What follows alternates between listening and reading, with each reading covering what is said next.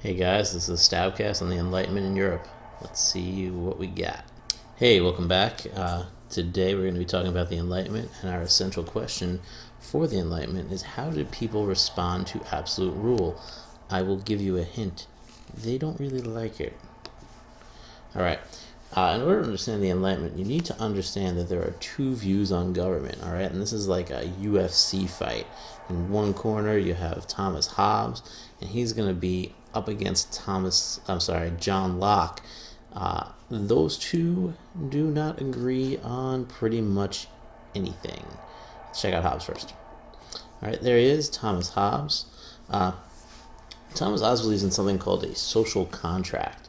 The whole idea behind this, we'll see in a minute. So anyway, Thomas Hobbes witnessed the English Civil War, and based upon witnessing the Civil War, he thinks that people are selfish and wicked and, pretty much evil. And he thinks that without government, life is going to be, and these are quotes basically, poor, nasty, brutish, and short, because people will do whatever it takes for themselves as opposed to whatever it takes to kind of contribute to society. And he says that the only way there can be law and order is if people give up their rights, and those people have to give up their rights to a strong ruler, basically. And that's the social contract of it. Basically, we agree to give up our rights, and in exchange, the ruler is going to keep order. And as a result, he's going to write about how he favors absolute monarchy. We read about this last week, but basically the whole idea is that only an absolute monarch can demand obedience and can receive or can have an orderly society, pretty much. He writes a book called The Leviathan. A Leviathan is a sea creature, a giant sea creature. And he felt that the best governments were like a Leviathan. Okay, a big sea creature with lots of tentacles, with its hand and everything, taking control. And then there's John Locke. Now, John Locke disagrees with Thomas Hobbes. He thinks that people can rule themselves. He thinks people are reasonable. He pretty much believes in people doing the right thing for society. All right. He also believes that people have natural rights. Those rights are life, liberty, and property. Guys, if that sounds familiar, it's because Thomas Jefferson kind of stole it when he wrote the Declaration of Independence, but it's all good. All right, he believes people have those natural rights, and that the purpose of government is to protect those rights. And any government that does not do that, the people have the right to overthrow that government. Again, Thomas Jefferson totally lifts that in the Declaration of Independence. Locke is going to write a book called The Two Treaties of Government, where he outlines his ideas. And basically, like I said, he's outlining the idea for self-government. Government exists for the people, and it should act in the best interest of those people. All right. So those are the two views on government. Now, since this is the Enlightenment, all right, it's a little bit of a turning point. Before this, you have absolute monarchy, and absolute monarchy is pretty much the rule of the land in Europe. But people are going to start to question that. Those people are known as the philosophes. These guys are kind of like your superheroes. It's sort of like the Avengers, but with a lot more powdered wigs. You got three main philosophes that we're going to learn about today. The next PowerPoint, the next Stabcast, will have a couple others that are sort of regions important. Let's take a look at these three, though. You have Rousseau on the left-hand side there, Montesquieu in the middle, and Voltaire on the right. These guys are pretty interesting. Let's see what their deal is. All right. So Rousseau is a champion of freedom. He is committed to individual freedom. Just so you know, don't look directly at that painting, because his eyes will follow you around the room. Guess you could say you're free not to look at them. Anyway, he's committed to individual freedom. He thinks that it's civilization that corrupts people. People are naturally good. And in the state of nature, people are free, people are equal, everyone's all happy and cool and working together.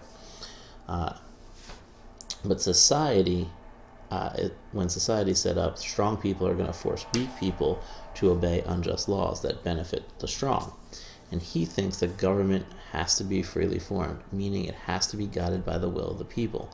In other words, that government is basically set up by the people of society. And he thinks that people are going to give up certain freedoms for the common good, and they're going to do so willingly. They don't need to have those rights taken away. Then there's Montesquieu. Montesquieu believes in separation of powers.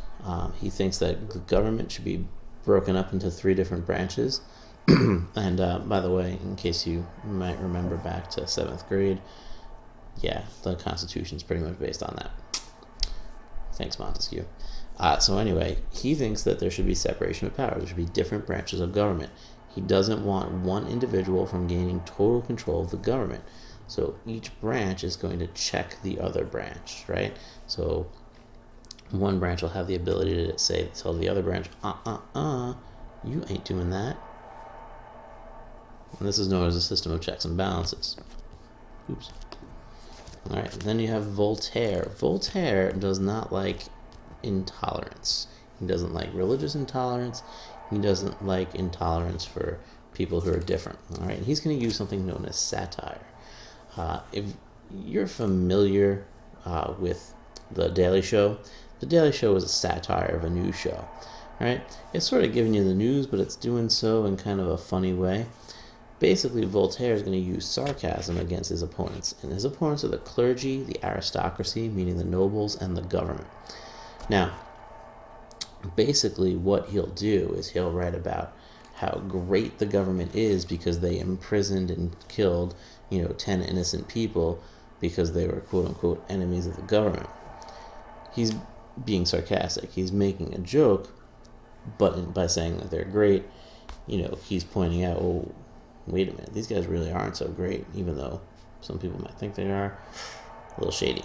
So he ends up getting chucked in jail twice, and then eventually the French get sick of him, and they're like, you know what, Voltaire, you're out. You get to go over to England. And England doesn't want him either, so they end up sending him back to France, and then by the time he gets back to France, they're like, okay, Voltaire, you can stay, just cool it a little bit. He fights for tolerance, he fights for reason, for people questioning before they act. He fights for freedom of speech, freedom of religion. And he fights against intolerance, he fights against prejudice, and he fights against superstition. Basically going after the church in that one. He's going after the church, he goes after nobles, he goes after the king. Basically, no one was free from him making fun of him. He's kind of like a 17th century John Stewart, for lack of a better term. All right, so what impact does the Enlightenment have? All right, first of all, the Enlightenment, the scientific revolution, it leads people to believe in progress, that human reason was successful in the scientific revolution. The Enlightenment is the extension of that, all right? That people are going to start to solve scientific problems during the scientific revolution, during the Enlightenment. They're like, you know what? We can use those same ideas to solve social problems as well. And that a better society is going to be available through reason, through thinking about things, through doing things that make sense. All right, there's going to be a more secular outlook.